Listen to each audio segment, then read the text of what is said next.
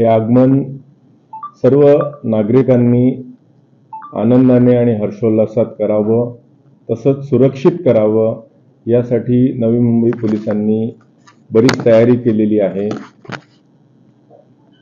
अनेक ठिकाणी नाकाबंदीचं आयोजन केलं जाईल आहे।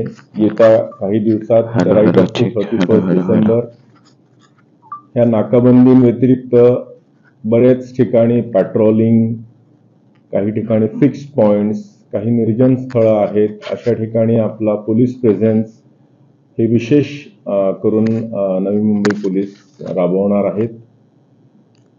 काही ठिकाणी लोकांची वर्दळ जास्त असते, काही मॉल्स असतात, काही हॉटेल्स असतात आणि विशेष करून NMMC ची जी बिल्डिंग आहे तिथे देखावे बघण्यासाठी, तिथली रोषणाई बघण्यासाठी 31 डिसेंबरला बरेच लोक गर्दी करत असतात। अशा या सर्व ठिकाणी कुठेही मद्य पिऊन महिलांची, मुलींची छेडखानी होणार नाही याकरता नवी मुंबई पोलीस कार्यरत असेल आहे।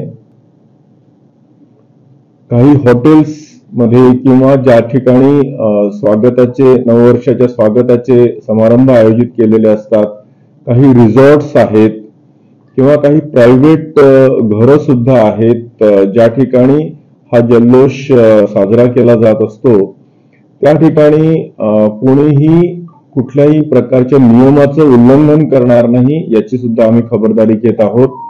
विशेष करून मद्याचा अतिरेक किंवा नार्कोटिक्सचं सेवन ह्या सर्व गोष्टींवर पोलीस विशेष नजर ठेवून असलेले आहेत।